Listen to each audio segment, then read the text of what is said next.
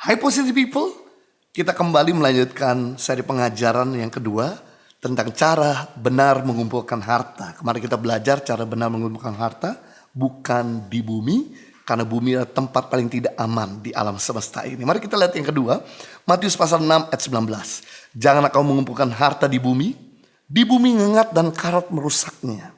Pencuri membongkar serta mencurinya. Tapi kumpulkanlah bagimu harta di surga. Di surga ngengat dan karat tidak merusaknya, dan pencuri tidak membongkar serta mencurinya, karena di mana ada hartamu, disitulah hatimu berada. Yang menarik, Yesus mengajarkan bahwa bumi memang tempat yang paling tidak aman untuk menimbun harta, tapi surga adalah tempat yang paling aman menimbun harta. Kenapa? Karena di surga ngengat tidak bisa merusak makanan. Karat tidak bisa merusak harta benda. Pencuri nggak bisa membongkar dan mengambilnya. Karena semuanya dijaga oleh Sang Maha Kuasa. Dialah Raja segala raja. Dialah penguasa. Dialah penjaga yang sempurna. Nah, tugas kita adalah, yaitu kita mulai belajar invest hari ini selama kita masih hidup di bumi, untuk kita bisa nikmati suatu hari nanti di surga. Investasi terbesar itu bukan di saham, tapi investasi terbesar dua. Pertama dalam kerajaan Allah, yang kedua dalam hidup orang. Dan benih itu murah, yang mahal adalah tanahnya. Di mana-mana harga benih pasti lebih murah daripada harga tanah. Tapi ketahui, benih yang murah dan sederhana yang kita tanam di tempat yang subur, maka yang terjadi, benih itu akan multiply, berlipat kali ganda. Jadi keuntungannya dua kali lipat. Yang pertama, kita sedang investasi harta di surga. Yang kedua, kita juga sedang melipat gandakan harta di bumi. Luar biasa sekali. Namun masalahnya begini, kitab Mazmur 90 ayat 10, bahwa masa hidup seseorang itu 70 tahun. Kalau kuat 80 tahun. Anggaplah kira-kira usia kita 80 tahun rata-rata. Dikurangan umur kita hari ini. Nah, itu sisa jeda waktu kita untuk investasi di surga.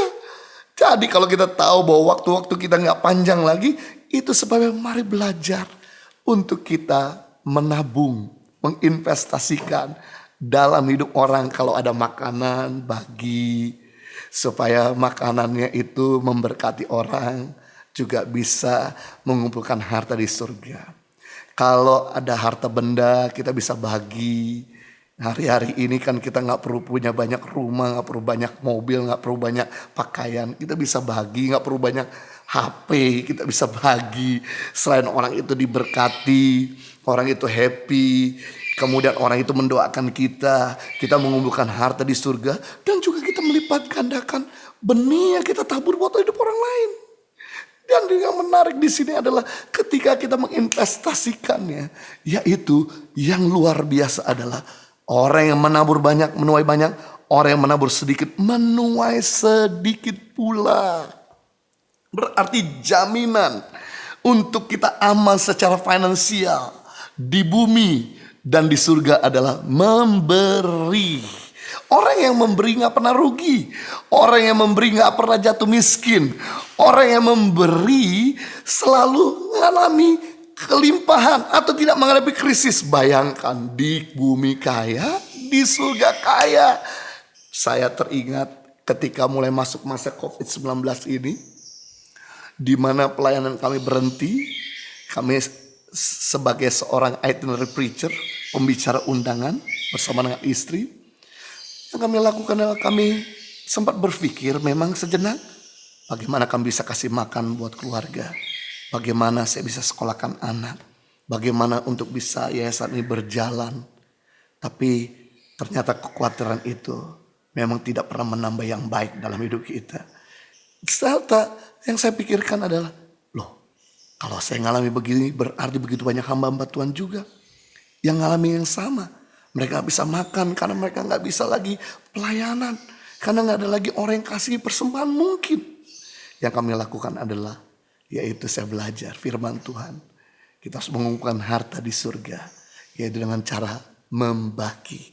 Memang rekening kami belum diisi lagi, tapi yang kami lakukan adalah kami berusaha untuk menyalurkan yang ada di rekening kami untuk kami bagi kepada mereka-mereka yang membutuhkan, kepada mereka-mereka yang memerlukan. Yang menarik, memang income kami tidak sebesar yang lalu, tapi berkat tak terduga-duga selalu tersedia, selalu masuk dalam rekening kami.